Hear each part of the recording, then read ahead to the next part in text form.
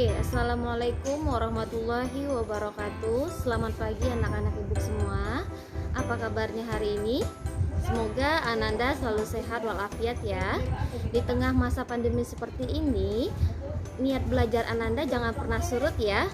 Tetap semangat, semangat terus dan semangat dalam belajar. Oke, ini pertemuan kedua kita, yaitu tentang materi teks cerita fantasi. Apakah Ananda tahu apa itu cerita fantasi? Jika tidak, baiklah Ibu akan menjelaskan tentang apa itu cerita fantasi. Sebelum itu, Ibu akan membacakan kompetensi dasar pada materi ini, yaitu 3.3 mengidentifikasi unsur-unsur cerita fantasi yang dibaca dan didengar. 4.3 menceritakan kembali isi cerita fantasi yang dibaca dan didengar. 3.4 menelaah struktur dan kebahasaan teks cerita fantasi yang dibaca dan didengar. 4.4 menyajikan gagasan kreatif dalam bentuk cerita fantasi secara lisan dan tulis dengan memperhatikan struktur dan penggunaan bahasa. Oke, pernahkah Ananda mendengar cerita fantasi? Apa saja contoh cerita fantasi? Contohnya cerita fantasi adalah cerita tentang Cinderella, cerita tentang bawang putih, bawang merah, cerita tentang timun emas. Itu merupakan salah satu contoh dari cerita fantasi. Ananda akan menemukan unsur-unsur fantasi dalam cerita tersebut. Contohnya saja dalam cerita Cinderella. Silakan Ananda baca teks Cinderella yang akan Ibu munculkan di dalam video ini.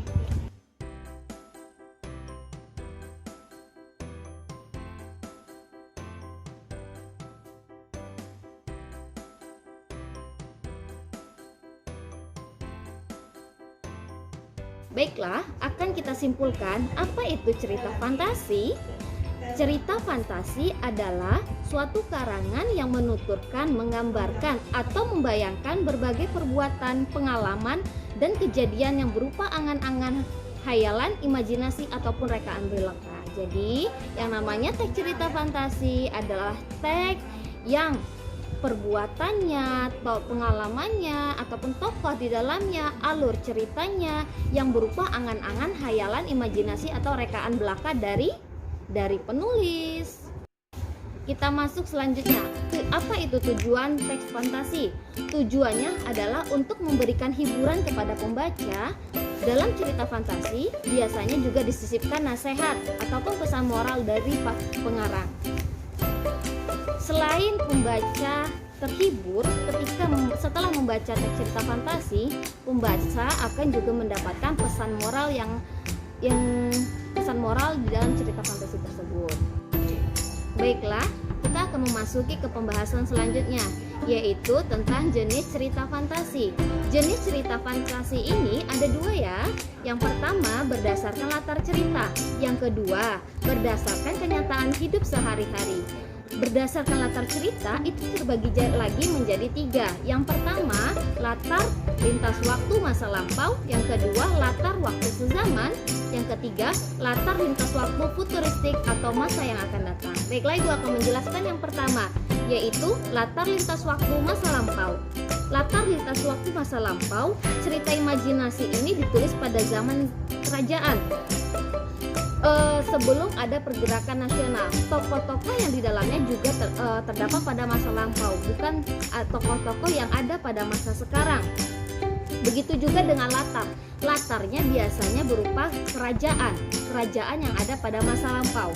Oke, contohnya seperti cerita Roro Jonggrang. Tahukah Ananda cerita tentang Roro Jonggrang? Yang kedua, cerita waktu sezaman. Cerita imajinasi berlatar waktu sezaman ini ditulis pada masa sekarang. Latar dan tokohnya pun terjadi pada masa sekarang. Contohnya saja cerita tentang seorang siswa yang belajar di salah satu sekolah. Tanpa sepengetahuan orang lain, dia mempunyai kekuatan yang bisa mengangkat benda dengan pikirannya, atau dia bisa melihat sesuatu benda di balik tembok. Oke, itu contohnya. Apa unsur fantasi di dalamnya? Unsur fantasi di dalamnya ia mempunyai kekuatan tersebut karena itu adalah sesuatu hal yang tidak bersifat nyata. Iya atau tidaknya belum bisa dipastikan, kebenarannya pun diragukan. Oke, yang ketiga itu ada latar lintas waktu futuristik atau masa yang akan datang. Cerita imajinasi ini terjadi pada masa yang akan datang atau futuristik. Cerita imajinasi ini ditulis pada masa sekarang, akan tetapi merupakan bayangan pada masa yang akan datang. Tokoh dan latar cerita itu menggunakan nama dan latar pada masa yang akan datang. Contohnya saja, apakah Ananda pernah menonton film Doraemon? Jika pernah, salah satu contoh dari latar lintas waktu futuristik ini adalah cerita Doraemon. Tokoh Doraemon adalah tokoh yang hadir pada masa yang akan datang. Pada masa sekarang ini tidak ada manusia yang bersahabat dengan robot. Bisa saja pada masa yang akan datang manusia bisa bersahabat dengan robot. Robot yang bisa memberikan yang bisa mengabulkan segala keinginan manusia. Selanjutnya, jenis cerita fantasi berdasarkan kenyataan hidup sehari-hari. Itu ada dua pembagiannya ya. Yang pertama cerita fantasi total dan cerita fantasi irisan. Cerita fantasi total ini seluruh tokoh kejadiannya merupakan fantasi ataupun imajinasi dari penulis. Contohnya saja seperti cerita Si Kancil. Tokoh, latar dan kejadian yang ada di dalam cerita tersebut adalah fantasi ataupun hanya imajinasi dari penulis, tidak nyata. Oke, kita masuk yang kedua. Ada cerita fantasi irisan. Cerita fantasi irisan ini cerita imajinasi yang menguapkan imajinasi tetapi masih menggunakan nama-nama dalam kehidupan nyata. Tempatnya pun juga ada pada dunia nyata. Contohnya saja tentang seorang anak kecil yang pergi berjalan-jalan ke tengah hutan bersama teman-temannya. Rupanya ia tersesat dan terperosok ke dalam jurang. Di dalam jurang tersebut ia menemukan sebuah dunia yang tidak ada pada saat sekarang ini. Ia menemukan kerajaan yang sangat mewah yang hanya dihuni oleh kelinci. Itu adalah salah satu contoh cerita fantasi irisan.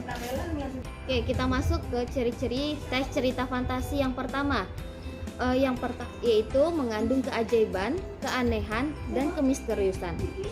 Ada unsur-unsur keajaiban, keanehan ataupun kemisteriusan di dalamnya. Seperti cerita Cinderella tadi, ada keajaiban di dalamnya. Ada keanehan yaitu seekor tikus yang berubah menjadi prajurit dari Cinderella. Dan kemisteriusan, kenapa dia bisa tiba-tiba hilang? Rupanya karena dia takut sepatu kacanya ataupun penampilan dirinya diketahui oleh pangeran. Akhirnya sebelum jam 12 malam dia harus pergi dari kerajaan tersebut ataupun dari pesta dasar tersebut. Yang kedua, memiliki ide cerita. Ada cerita di dalamnya. Kemudian yang ketiga, menggunakan lintas ruang dan waktu. Yang keempat, unik dan memiliki kesaktian. Yang keempat, bersifat fiksi. Yang kelima, berbahasa percakapan sehari-hari ataupun informal. Oke, kita masuk ke unsur-unsur dalam teks imajinasi. Ada tokoh, ada alur, ada latar, ada tema. Apa itu tokoh? Tokoh dalam cerita imajinasi digambarkan memiliki kemampuan yang luar biasa, seperti memiliki kekuatan supranatural, bisa membaca pikiran ataupun bukan seorang manusia.